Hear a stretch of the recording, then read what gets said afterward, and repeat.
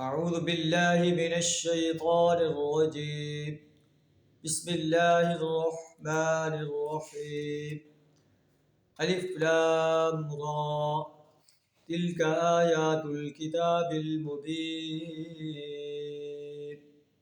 إنا أنزلناه قرآنا عربيا لعلكم تعقلون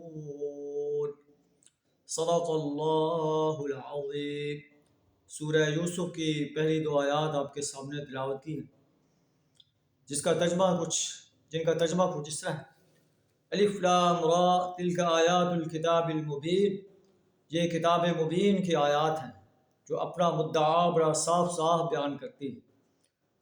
انا انزلناہ قرآنا عربیا، ہم نے اس قرآن کو نازل کیا ہے قرآن بنا کر عربی زبان میں، لعلکم تعقلون، تاکہ تم اہل عرب اس کو اچھی طرح سمجھ سکو۔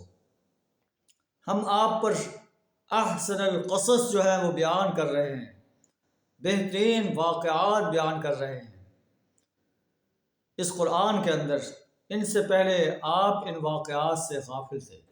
وَإِن كُنْتَ مِن قَبْلِهِ لَمِنَ الْغَافِلِينَ، اس سے پہلے آپ ان واقعات سے غافل تھے۔ تو یوسف علیہ السلام کا واقعہ اس صورت میں بیان فرما کر اللہ تعالیٰ نے کفار مکہ کے اس سوال کا جواب دے دیا ہے کہ بنی اسرائیل مصر میں کیسے آباد ہوئے۔ یوسف علیہ السلام اپنے باپ سے خواب بیان کرتے ہیں کہ میں نے دیکھا ہے کہ 11 ستارے، سورج اور چاند مجھے سجدہ کر رہے ہیں۔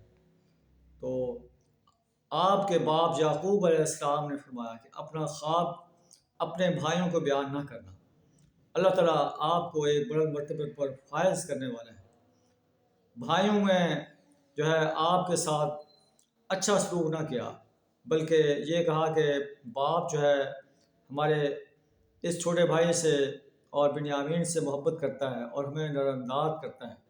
انہیں آپ کو کنویں میں ڈال دیا، کنویں سے آپ کو ایک قافلے نے نکالا اور مصر میں عزیز مصر کے ہاں فروخت کر دیا، اور پھر آپ نے عزیز مصر کے ہاں پرورش پائی، اور اس کے ساتھ ساتھ ہی عزیز مصر کی بیوی جو ہے آپ پر فریفتہ ہو گئی، آپ کو برائی کی دعوت دی۔ آپ نے فرمایا معاذ اللہ، میں اللہ سے پناہ چاہتا ہوں۔ اس نے آپ کو جو ہے جیل میں ڈلوا دیا، آپ کئی سال جیل کے اندر رہے، جیل کے ساتھیوں کو توحید کی دعوت پیش کی۔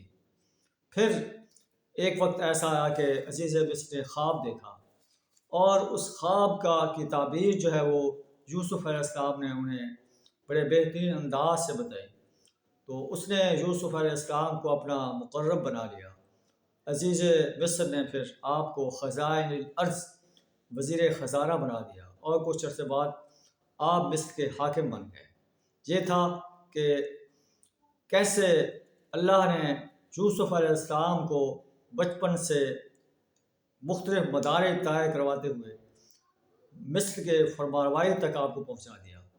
یہ واقعہ سنا کر اللہ قریش و مکہ کو بتانا چاہتا ہے کہ تم بھی نبی صلی اللہ علیہ وسلم کے ساتھ وہی سلوک کر رہے ہو جو برادران یوسف نے کیا تھا، لیکن اللہ نے یوسف علیہ السلام کو بڑا عزت کا مرتبہ عطا فرمایا، اور وہی برادران یوسف جو ہے آپ کے سامنے تصدق علینا کی درخواست کر رہے تھے۔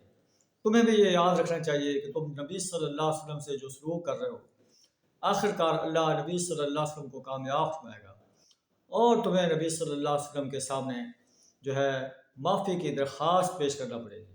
اور انسانیت نے دیکھا کہ فتح مکہ کے موقع پر نبی صلی اللہ علیہ وسلم کے سامنے وہ معافی کی درخواست کر رہے تھے، اور آپ نے فرمایا میں تمہارے ساتھ وہی سلوک کرتا ہوں جو یوسف علیہ السلام نے اپنے بھائیوں سے کیا تھا، لا تثریب علیکم اليوم، آج میں بھی تمہیں معاف کرتا ہوں۔